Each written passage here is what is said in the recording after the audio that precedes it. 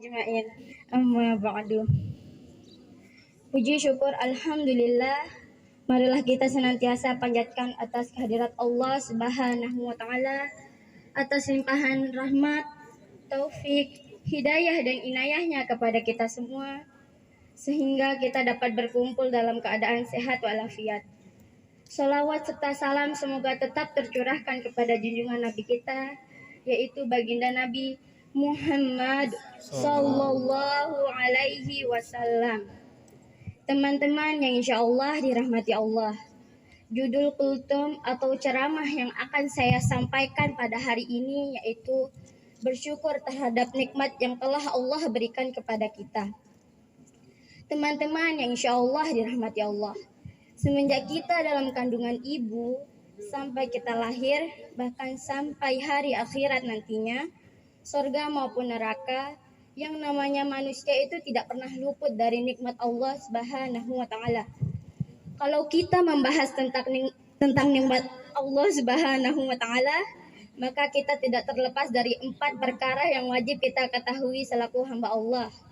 Yang pertama, siapa yang memberikan nikmat? Yang kedua, nikmat yang diberikan.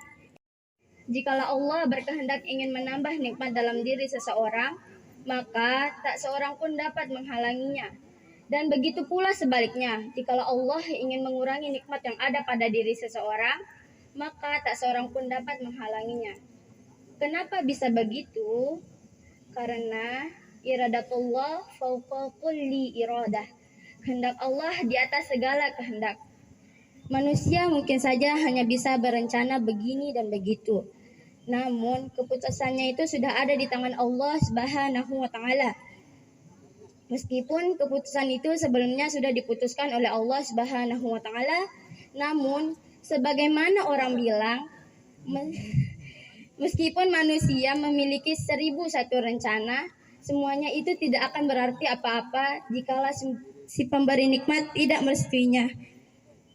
Teman-teman yang insya Allah dirahmati Allah. Yang kedua ada nikmat yang diberikan. Nikmat yang paling besar diberikan oleh Allah Subhanahu wa taala ialah nikmat iman dan kesehatan.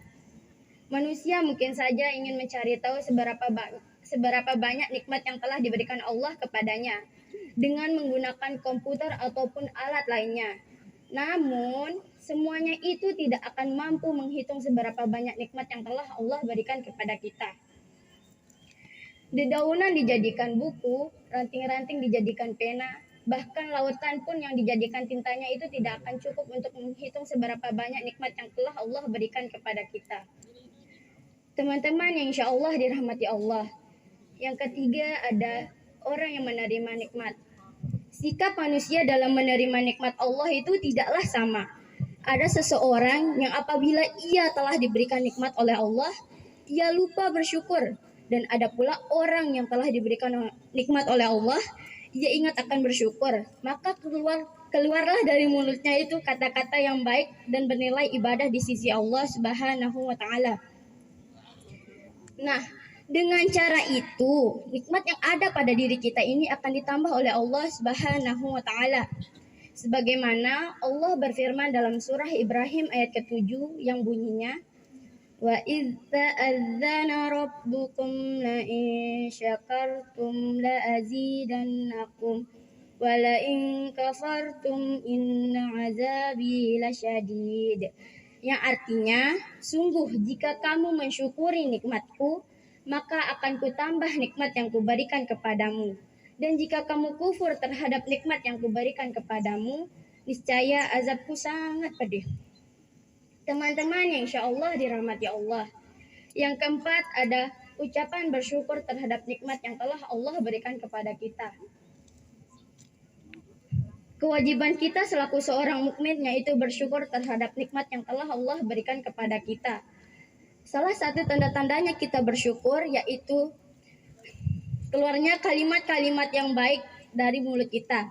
Seperti Alhamdulillah. Teman-teman yang insya Allah dirahmati Allah. Setelah sekian kultum yang saya sampaikan pada hari ini, dapatkah kita mengambil kesimpulannya?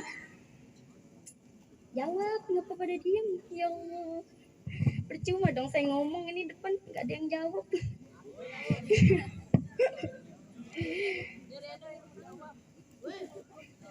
Ya, tentu saja dapat. Kesimpulannya itu ada dua. Yang pertama, kita wajib mensyukuri nikmat Allah Subhanahu wa taala dengan cara menaati segala perintahnya dan menjauhi segala larangannya. Maka dengan cara itu manusia akan mendapatkan derajat yang paling mulia di sisi Allah Subhanahu wa taala. Kesimpulan yang kedua yaitu sudah dijelaskan dalam surah Ibrahim ayat 7 tersebut, barang siapa yang bersyukur terhadap nikmat Allah, maka ia akan ditambah nikmatnya oleh Allah Subhanahu wa taala. Dan jika ia kufur terhadap nikmat Allah, maka ia akan diazab dengan azab yang sangat pedih. Nah, menurut teman-teman enakan yang mana nih? Yang ditambah atau yang diazab? Keren. Gitu kayak dari tadi. Ada. Sekian kultum dari saya. Terima kasih atas perhatiannya. Mohon maaf apabila ada kesalahan kata. Wabillahi taufiq wal hidayah. Wassalamualaikum warahmatullahi wabarakatuh.